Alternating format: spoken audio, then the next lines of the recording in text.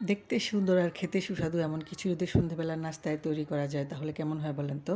আসসালামু আলাইকুম। আমি আজকে আপনাদের সাথে একদম সহজ একটা নাস্তার রেসিপি শেয়ার করছি।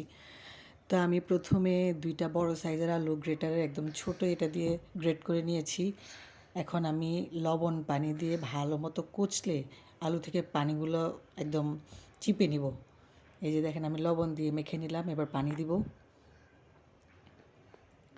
লবণ পানি দিয়ে ভালো মতো আলুগুলো চিপে মানে আলুগুলোকে করে পানিটা ফেলে দিব, যাতে আলুটা একদম ঝরঝরে থাকে, শুকনা থাকে আর কি।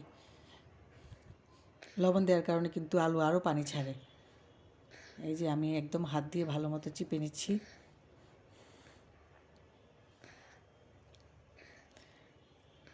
হয়ে গেছে আমাদের আলুগুলো একদম পানি ছেঁকে নেওয়া। এবার আমি একে একে সবগুলো উপকরণ দিয়ে নিব। এই যে দেখেন আলুগুলো কেমন ঝরঝরে। প্রথমে আমি ৩টে কাঁচামরিচ কুচি করে দিয়ে দিব। আপনারা চাইলে ঝাল বাড়ানোর জন্য আরও কয়টা দিতে পারেন। আমার বাচ্চারা যেহেতু খাবে আমি কম দিয়েছি। এবার দিয়ে দিলাম ধনেপাতা কুচি।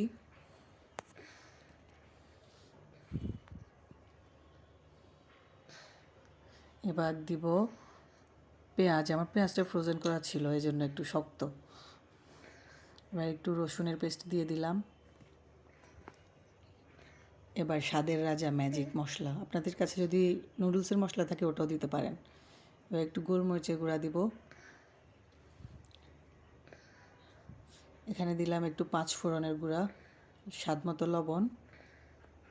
এবার হচ্ছে কর্নফ্লাওয়ার, সুপার ক্রিস্পি করার জন্য কর্নফ্লাওয়ার দিয়ে ভালো করে এটা মেখে নিব। এবার আমি গোল গোল বলের আকারে এগুলো ভেজে নিব, একদম ছোট ছোট বল। এই আলুগুলো যেহেতু অনেক কুচি কুচি করা, সেজন্য বেশি ভাজার দরকার নাই। হয়ে গেছে আমার মজাদার নাস্তা। আপনাদের কাছে যদি রেসিপি ভালো লাগে তাহলে প্লিজ লাইক কমেন্ট শেয়ার করে দিবেন।